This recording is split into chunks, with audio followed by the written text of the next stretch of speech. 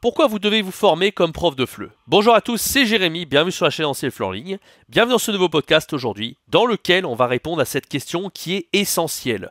Pourquoi vous devez vous former comme prof de FLE? Pourquoi ne pas faire les choses à l'instinct en fait, comme ça vient, comme en fonction du goût que vous avez envie de faire ou de l'envie du moment ou pourquoi voilà, écouter des conseils pour devenir prof en fait, à quoi ça sert? Pourquoi se former, faire des formations? Et pourquoi pas faire les choses un petit peu comme ça vient et puis progresser peut-être au fil du temps. Alors on va répondre à une question vraiment essentielle qui est celle-ci dans ce podcast. Restez bien jusqu'à la fin pour découvrir mon avis sur la question. Avant de commencer ce podcast, je vous rappelle qu'il y a les deux produits best-sellers qui sont encore disponibles jusqu'à mardi 31 janvier à 23h59. Il contient la formation Devenir un virtuose du FLE en ligne qui vous apprendra à faire des cours pragmatiques, ludiques et interactifs pour fidéliser 100% de vos élèves. Et il y a également l'autre formation, les 100 cours de FLE préparés qui complètent directement la formation virtuose du FLE. Donc les cours que j'ai préparés, c'est des cours PowerPoint complets qui vont du niveau débutant, niveau A0, au niveau le plus avancé, au niveau C1. C'est disponible encore une fois pendant 3 jours. Après ces 3 jours, c'est terminé pour moins 70% de réduction. Si vous êtes intéressé par ces deux produits, c'est le tout premier lien dans la description. Ceci étant, répondons à la question de ce podcast. Pourquoi il faut se former en fait? Pourquoi il ne faut pas faire les choses à l'instinct? Après tout, on est français, c'est notre langue maternelle. Alors pourquoi on ne devrait pas juste faire confiance à notre instinct pour enseigner le FLE? Et voilà. Alors, je réponds à cette question. Déjà, être prof, même pas le FLE, mais être prof de n'importe quoi, en fait, c'est jamais quelque chose qu'on peut faire très bien de façon innée. Parce qu'il y a deux choses qu'il ne faut pas confondre. Quand on est prof, on peut être un bon pédagogue. Qu'est-ce que ça veut dire d'être d'un bon pédagogue? Ça veut dire que vous aimez bien expliquer. Quand vous parlez, en fait, c'est clair. Vous donnez suffisamment de détails dans votre discours. J'ai beaucoup parlé du MBTI aussi sur cette chaîne. J'ai fait 3 ou 4 vidéos. Il y a des gens, en fait, ce sont plutôt des sensations dominants. Moi, j'en fais partie. Puis il y a des gens, c'est plutôt des intuitifs. Et on peut avoir une sensation masculine, c'est-à-dire qu'on va vraiment faire attention aux détails, on va avoir une bonne mémoire, on va utiliser des mots qui sont précis, on va essayer d'être clair pour tout le monde. Puis il y a des intuitifs aussi qui ont une sensation un peu féminine, on va dire. Et bon, c'est des termes un peu de jargon, mais qu'est-ce que ça veut dire en fait? Ça veut dire qu'ils vont un petit peu chercher leurs mots, ils vont pas être totalement clairs, ils vont être plutôt dans les grandes idées. Voilà, il y a des gens qui sont plutôt l'un, plutôt l'autre. On va dire qu'il y a des gens qui sont plutôt innés, de façon innée, ils vont être plus facilement bons pédagogues, mais ça ne veut pas dire que ce seront vraiment des bons profs. Parce que même moi, qui ai toujours eu cette fibre de pédagogue, en fin de compte, quand je n'avais pas d'expérience, que je ne m'étais pas formé au début, je faisais strictement n'importe quoi en fait. Je faisais les choses réellement à l'instinct. Et je ne savais pas construire des séquences de cours, je ne savais pas comment faire tout simplement, j'avais jamais fait ça au début, et voilà, l'instinct ça ne marche pas en tant que prof, ça c'est le premier point.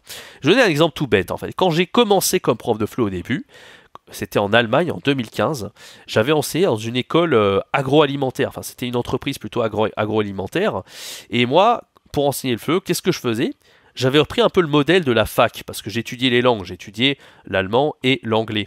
Et qu'est-ce qu'on faisait à la fac? On faisait des choses très académiques. On faisait ce qu'on appelait la méthode grammaire-traduction, qui est vraiment vieille, des années 70 en fait, ou même 80, je sais plus.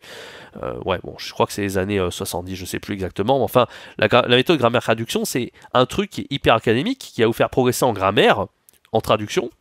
Mais c'est pas parce que vous faites ça que vous arriverez à progresser dans... Déjà ça manque de diversité, on fait pas assez de compréhension orale là-dedans, on fait pas assez de phonétique, on fait pas assez de compréhension écrite, c'est trop axé sur la grammaire, c'est trop un peu robotique, un peu comme une machine, et c'est bien quand on fait des études de langue, mais pour quelqu'un et des apprenants là qui étaient en école agroalimentaire, enfin en entreprise agroalimentaire, c'était pas du tout pertinent pour eux.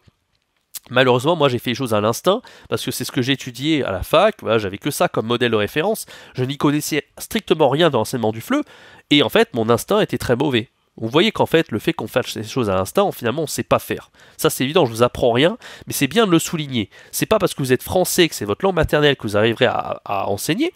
Il y a beaucoup de gens qui pensent que parce qu'on est français, ben c'est bon, on peut l'enseigner. Pas du tout, parce que si on vous demande, voilà, explique-moi la différence entre qui et que... Si je suis français, j'en sais rien du tout. Au contraire, c'est ceux qui ont étudié le français. Les apprenants, eux, qui ont un niveau C2 et qui ont vécu en France, même pas qui ont vécu en France d'ailleurs, qui ont étudié. J'avais une bonne amie polonaise comme ça. Elle connaissait tout sur la grammaire, celle-là. Et même un chinois en Chine, c'est lui qui nous expliquait toute la grammaire à nous qui sommes français. Parce que nous, on ne savait pas expliquer un peu comme ça avec du métalangage. On ne savait pas mettre des mots pour expliquer des concepts grammaticaux. C'était naturel chez nous, instinctif. Et justement, c'est parce que c'est instinctif et naturel qu'on ne savait pas l'expliquer aux apprenants. Et en général, c'est toujours ceux qui sont très forts de manière naturelle, qui ne savent pas se mettre dans la peau des débutants, qui ne savent pas l'expliquer. Prenez un grand maître d'échecs, quelqu'un qui est super fort aux échecs, il aura beaucoup plus de mal à expliquer à des débutants que quelqu'un qui est un peu meilleur qu'à niveau intermédiaire. Ou prenez un apprenant qu'à niveau B1, il arrivera mieux à expliquer un apprenant niveau A2 qu'un agrégé de lettres qu'à niveau C2 ou C10. Vous voyez un petit peu ce que je veux dire, tout est relatif. Mais c'est important cette échelle de valeur dans l'enseignement. Justement, il faut être capable de se mettre à la peau, il faut avoir cette empathie de se mettre dans la peau des apprenants pour bien savoir expliquer. Et justement, les Français natifs, qui parlent le français comme langue maternelle, eh bien, ils ne sont pas passés par toutes ces difficultés auxquels on fait face les apprenants. Ils ne savent pas en fait ces petites règles de grammaire, comment prononcer, voilà, c'est tellement naturel chez nous qu'on n'arrive pas à l'enseigner de la bonne des façons. Donc on a un peu un handicap quelque part, et même, ouais, je vous dirais que c'est plus un handicap par rapport aux apprenants qui eux ont appris le français. Moi je me rappelle, c'était la même chose avec l'allemand, quand il s'agissait d'expliquer la grammaire, j'étais meilleur qu'un allemand, parce que j'avais appris la grammaire allemande. Et des choses extrêmement simples d'un niveau A2 au niveau de la grammaire, les Allemands, ils n'étaient pas au courant de ça, parce que c'était naturel chez eux. Quand je disais la conjonction coordination, quand il y a une conjonction de subordination au milieu de la phrase, c'est-à-dire que le verbe en allemand, il vient à la fin de la phrase. Ben ça, je disais ça en allemand, il me dit « Ah bon, je savais pas ». Il le fait tellement naturellement qu'en fait, il n'est pas au courant que cette règle de niveau A2, elle s'applique en allemand. Donc voilà, ça prouve deux choses. Ça prouve que l'instinct est mauvais, ça c'est le premier point. Deuxième point, c'est pas parce que vous êtes français que vous pouvez facilement enseigner le FLE. Et voilà, je crois que c'était les deux points que j'ai mentionnés. Et oui, et la pédagogie, ça ne veut pas dire que vous êtes un bon prof. C'est pas parce que vous aimez bien enseigner et que vous êtes clair pour expliquer que ça suffit pour très bien enseigner. Donc, la théorie, c'est bien aussi. Ça vaut le coup de faire la théorie. Moi, je vous parle pas mal de théorie sur cette chaîne. La théorie, c'est quelque chose qui permet de gagner du temps. Parce que les gens qui vous parlent de théorie, c'est des gens qui sont passés par la pratique, qui ont inventé des règles pour vous aider à gagner du temps, pour ne pas refaire les mêmes erreurs. Je vous donne un exemple tout bête. Au début, quand j'enseignais donc le FLE, je vous ai expliqué, je faisais de la grammaire traduction. Ça manquait d'enseignement des différents niveaux de compétences. C'était pas assez équilibré mon cours. Parce qu'il y avait trop de grammaire, trop de, qu'est-ce qu'il y avait avec la grammaire, de vocabulaire, grammaire, voilà. Mais il n'y avait pas de compréhension écrite, pas de compréhension orale, pas de prononciation, pas de jeu, voilà. Pas assez de niveau de compétences. Et donc mon cours n'était pas assez équilibré. Et en Master FLE, on vous dit qu'il faut équilibrer les niveaux de compétences. Donc le Master FLE, il vous aide à avoir ces petits conseils, ces petites astuces, ces petites choses. Donc en théorie, après, vous êtes au courant qu'il faut faire ça. Mais la théorie à elle-même ne suffit pas. C'est pas parce que vous savez ça que vous allez forcément bien l'appliquer derrière. Donc il faut les deux. Il faut la théorie et la pratique. Et malheureusement, les études de FLE, elles vous apprendront juste à avoir ce genre de petites règles dans votre base de connaissances. Mais c'est probable que ça soit un peu trop théorique pour vous. Et moi, en tout cas, c'était le cas. Et c'est pour ça justement que je vous ai proposé ces formations qui sont à la fois théoriques, je vous donne ce genre d'astuces bien sûr, et sur la chaîne YouTube c'est ce que je fais toujours. Bien sûr sur la chaîne c'est seulement assez théorique, mais j'essaie quand même de montrer un peu de pratique. Vous avez vu, j'ai publié plus de 12 cours vidéo, je montre de A à Z comment j'ai fait cours, ça c'est quand même relativement concret. Et puis voilà, je vous ai donné aussi des méthodes, des astuces, ça reste assez théorique. Mais vraiment il faut arriver à lier les deux. Et c'est ce que j'ai essayé de faire dans les formations. D'ailleurs les deux formations que je vous ai parlé, c'est vraiment les deux. Je vous apprends aussi à créer des séquences de cours comme ça avec les différents niveaux de compétences, de manière très structurée pour passer d'un point A à un point B. C'est un petit peu l'objectif de ces formations.